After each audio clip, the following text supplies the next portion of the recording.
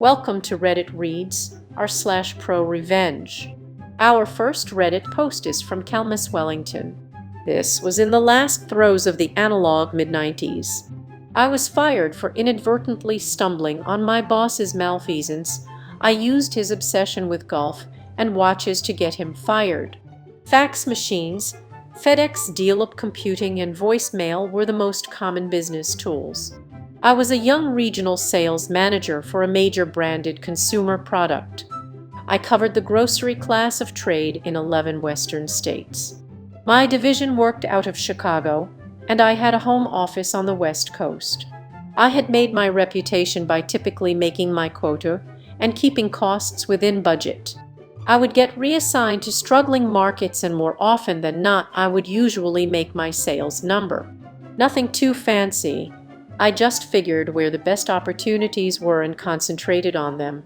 In those days, we had something called Market Development Funds, MDF, or as we called it, making days fun. In the time before such things were deemed illegal, it was money we could literally use for almost anything you could imagine. Wining and dining, sending buyers to the Super Bowl, taking them on market research trips. I once took 6 honchos for a week.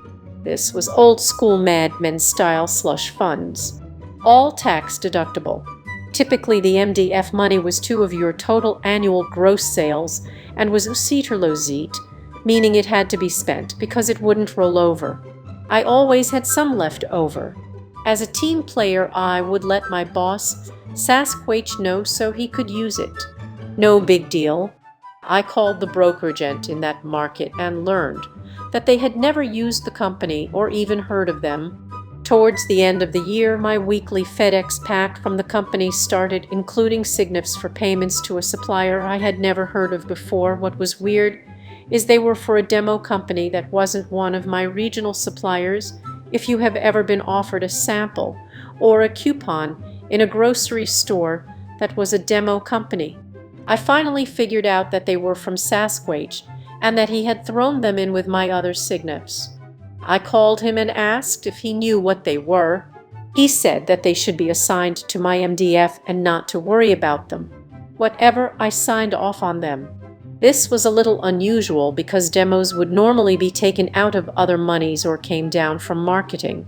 Hung out to dry. About 3 months later, I was called into HQ for a meeting where I was told I was being transferred to a market that I had never worked before and would be required to relocate.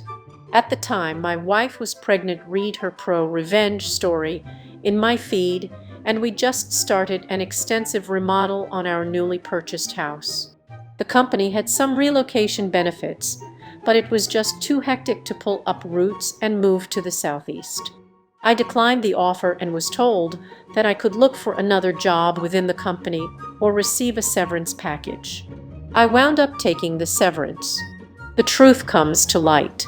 Several months later, one of my ex-coworkers told me that my region had been taken over by one of Sasquatch's past work associates who he managed to get hired in my spot, and that the region was tanking badly. Nothing made sense. Why was I terminated and then replaced by someone who lived in another city and who couldn't do the job?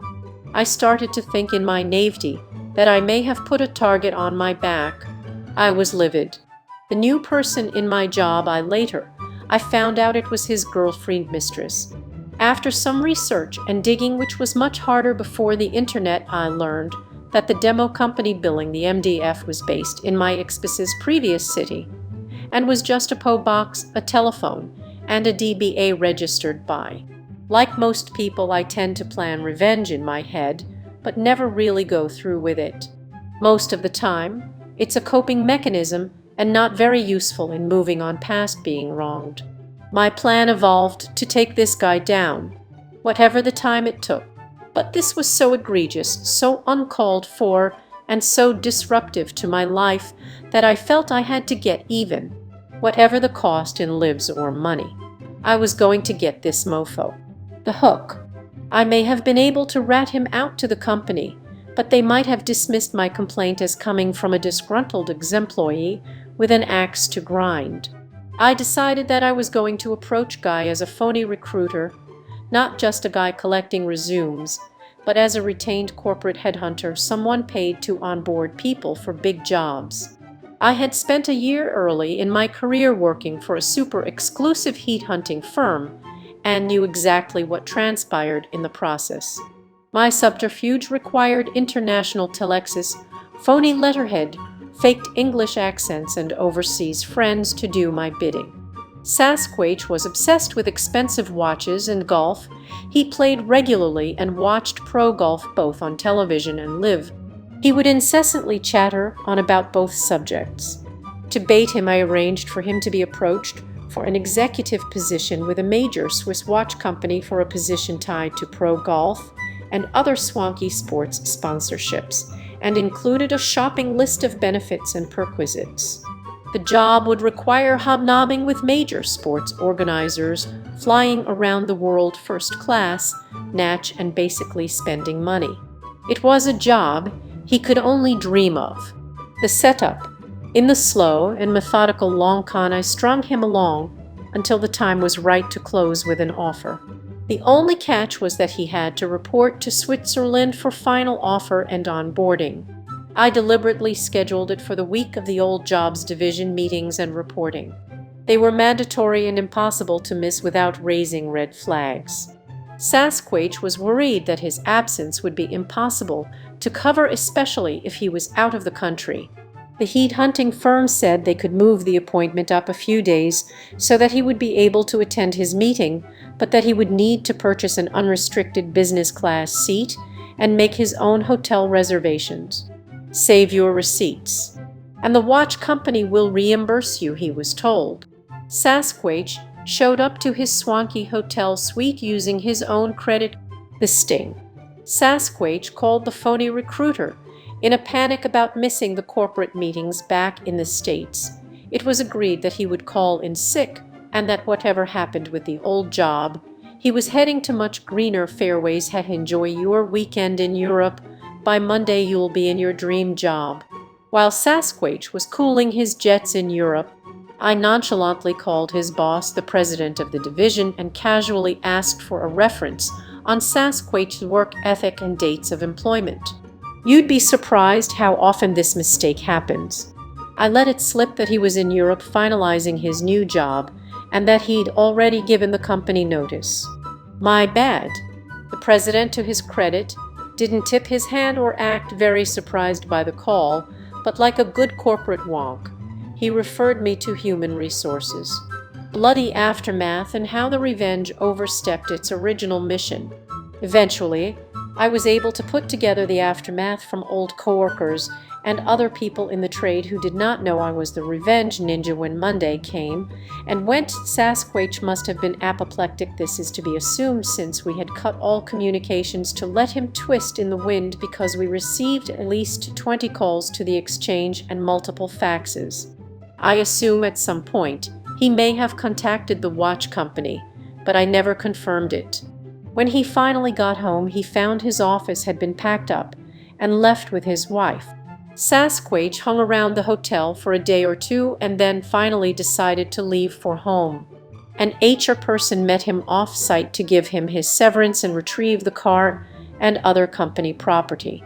I heard his wife left him sometime later, and his mistress was fired for theft. Epilogue.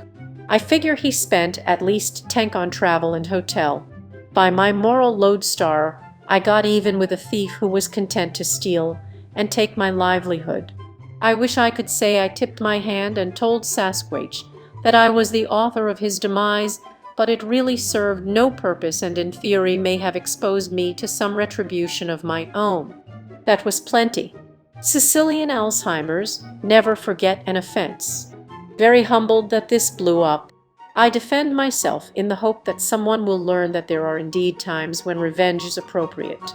I have been accused of having a cold heart on those who have slighted me. I'm not too proud to admit there were some revenge plans that backfired or were never implemented. I'm an argumentative sob and comfortable enough in my own skin to take a few random jabs and some healthy skepticism from Redditors.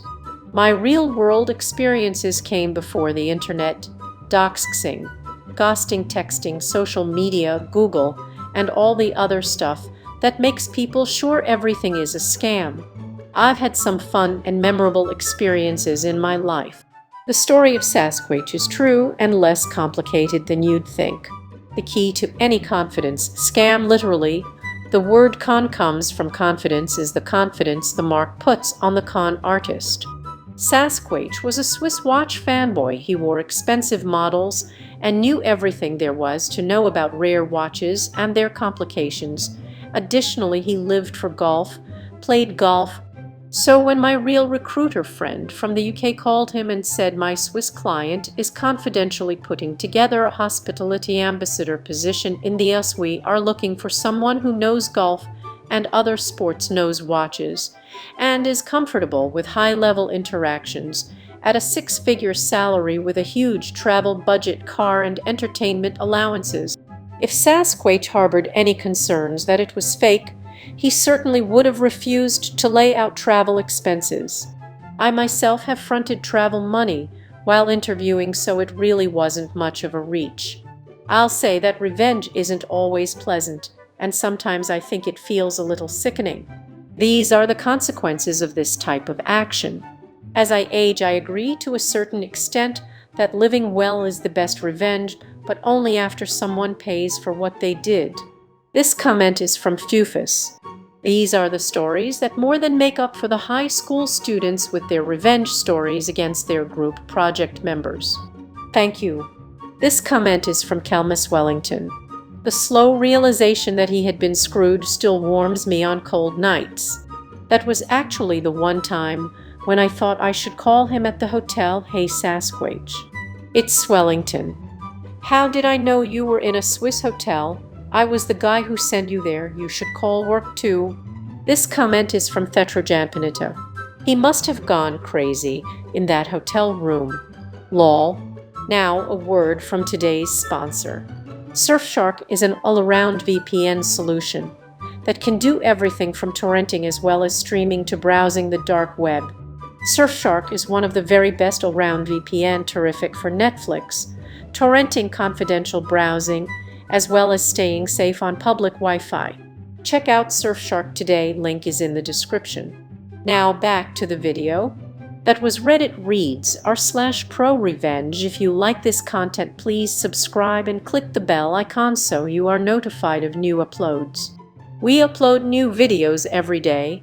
Also subscribe to our Patreon, as that will help us a lot. See you next time.